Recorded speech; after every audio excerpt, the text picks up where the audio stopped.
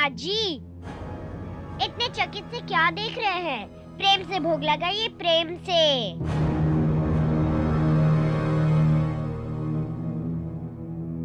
ओहो बाबा, आप किस लिए चकित हो रहे हैं? सबको प्रेम से भोग लगाने के लिए कहिए ना। हाँ हाँ ननी माता, भक्तों प्रेम से भोग लगाओ, प्रेम से। हाँ हाँ, माता का भंडारा है, माता ही खिला रही है। प्रेम से भोग लगाइए, प्रेम से। बोलो साचे दरबार की, बोलो शेरावाली मां के।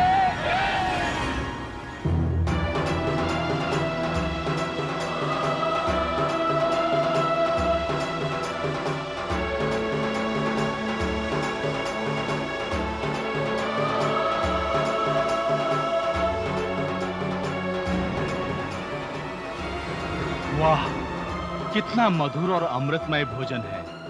ऐसा भोजन तो हमने आज तक नहीं पाया। आहा, क्या स्वादिष्ट प्रसादी है, जैसे माता ने स्वयं अपने हाथों से बनाई हो। माता तेरी जय हो। स्वामी, ये चमत्कार कैसा? हमारा झोपड़ा इतना बड़ा कैसे हो गया? जहाँ 4 अतिथियों के बैठने में जगह कम पड़ती थी, आज वहाँ सैकड़ों लोग बैठे हैं। इतना बड़ा चमत्कार। हाँ सावित्री, जिस घर में 2 सेर अनाज न था, वहाँ इतने सारे लोगों का भंडारा कैसे हो गया? ये जरूर ननी माता का ही चमत्कार है सावित्री।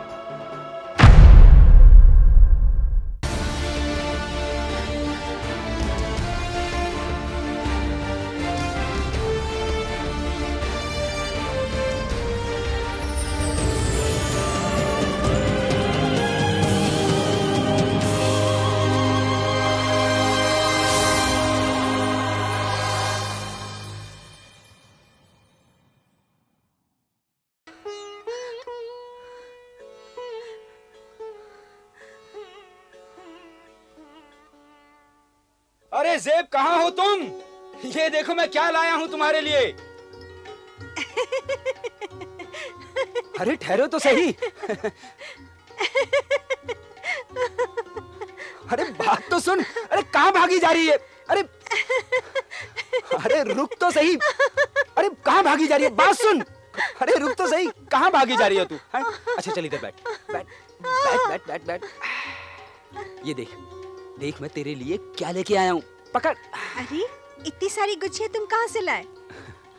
मैंने तो सुबह से पूरा जंगल छान मारा, मुझे निकम्मी एक भी ना मिली। अरे तू गोरी और मैं सांवला। कहते हैं गुच्छियाँ सिर्फ सांवलों को नजर आती हैं, गोरों को नहीं। अच्छा, हाँ? सांवलों को और क्या क्या नजर आता है? बताऊं? बता। बस सिर्फ गोरियां ही गोरियां। अच्छा चलो बुट, और इन गुच्छियों को कोफ्तों के साथ पका, बहुत मजेदार बनती है।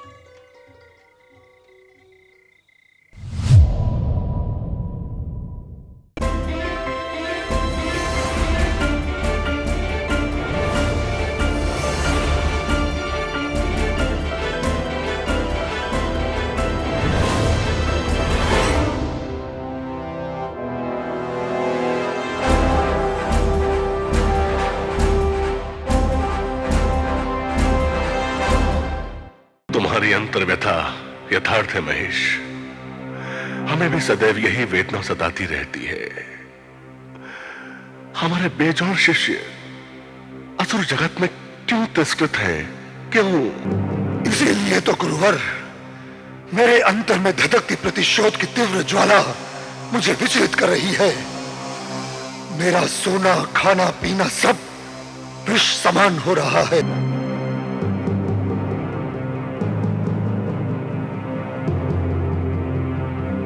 मुझे अपार शक्ति चाहिए गुरुवर, अपार शक्ति। हीन भावना से ग्रस्त हुए असुरों में मैं किस प्रकार ओज और तेज भरूं? क्या है इसका उपाय? यही मेरी अंतर व्यथा है। शांत महेश, शांत। तुम्हारी अंतर व्यथा में ही तुम्हारे विचलित चित्त की शांति का उपाय छिपा है। वो कैसे गुरुवर? वीरपुत्र, तुम जन्मजात तेजस्वी हो। तीनों लोकों पर विजय प्राप्त करने की अपार शक्ति है तुम में। देवताओं और दिक्पालों को दमन करने की प्रबल क्षमता है तुम में। परम शक्तिशाली हो तुम महेश।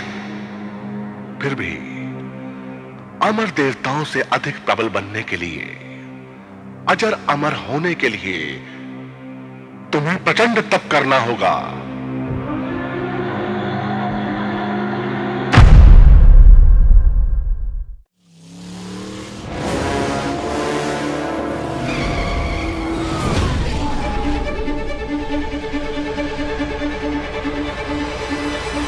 ऐसी गलती माफ नहीं की जा सकती जिसमें किसी दूसरे की जान जाए। अगर आप ये खबर न दें तो आपको फायदा हो सकता है। I'm sorry, मैं ये सौदा नहीं करूंगी।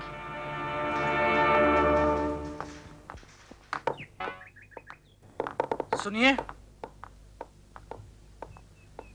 ये रिपोर्ट करके आपको क्या फायदा होगा? जी ये मेरा काम है, मेरी ड्यूटी है ये।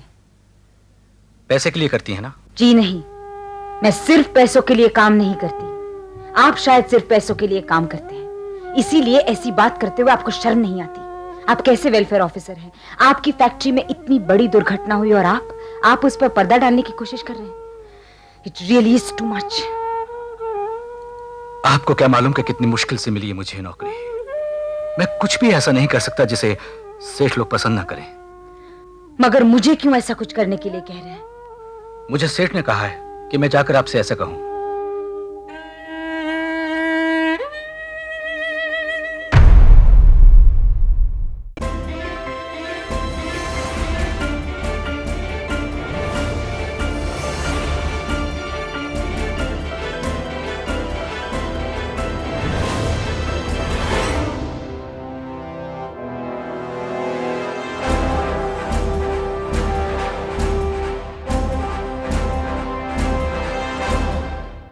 हमारे पति के परम प्रिय सखा होकर भी जब महादेव ने उनका अनिष्ट कर डाला है तो अब नारायण को योग निद्रा से जगाने का कार्य भी इन्हीं को करना चाहिए। हे भगवती नारायणी, अब हमारी कठोर परीक्षा ना लें। प्रारब्ध कर्म तो होकर ही रहता है। हे नारायण के हृदय स्वामिनी, नारायण का हित अब आप ही को करना है।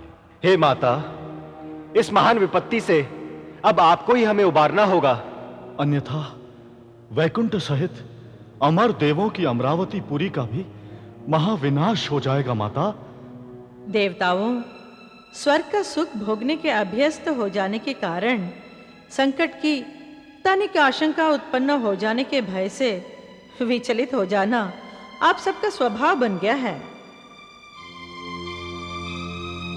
सोचो, मूर दैत्य ने इन भोले बाबा को फुसलाकर देवताओं और हमारे स्वामी नारायण से विजयी होने का वरदान मात्र ही तो पाया है, अमर पद तो नहीं प्राप्त किया है ना।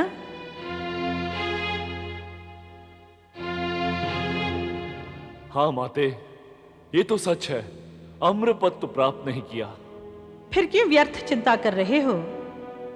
महादेव के इस वरदान में भी जगत का कोई न कोई कल्याण अवश्य ही छिपा होगा।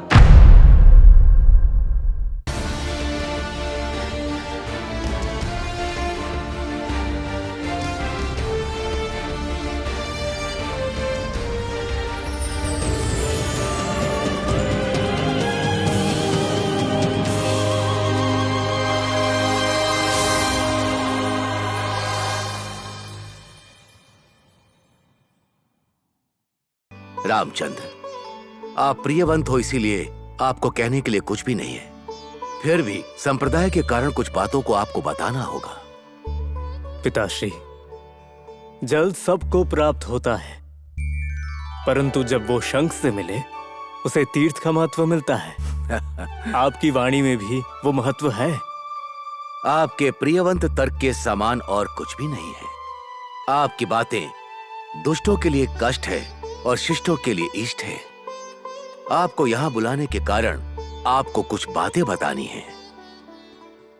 रामचंद्र, आप सभी विवाहित हो, आपकी जवाबदारी बढ़ गई है। आपके परिवार में आपके सती के हितों की रक्षा करने की जवाबदारी आपकी है। इसके अनुसार चलना होगा।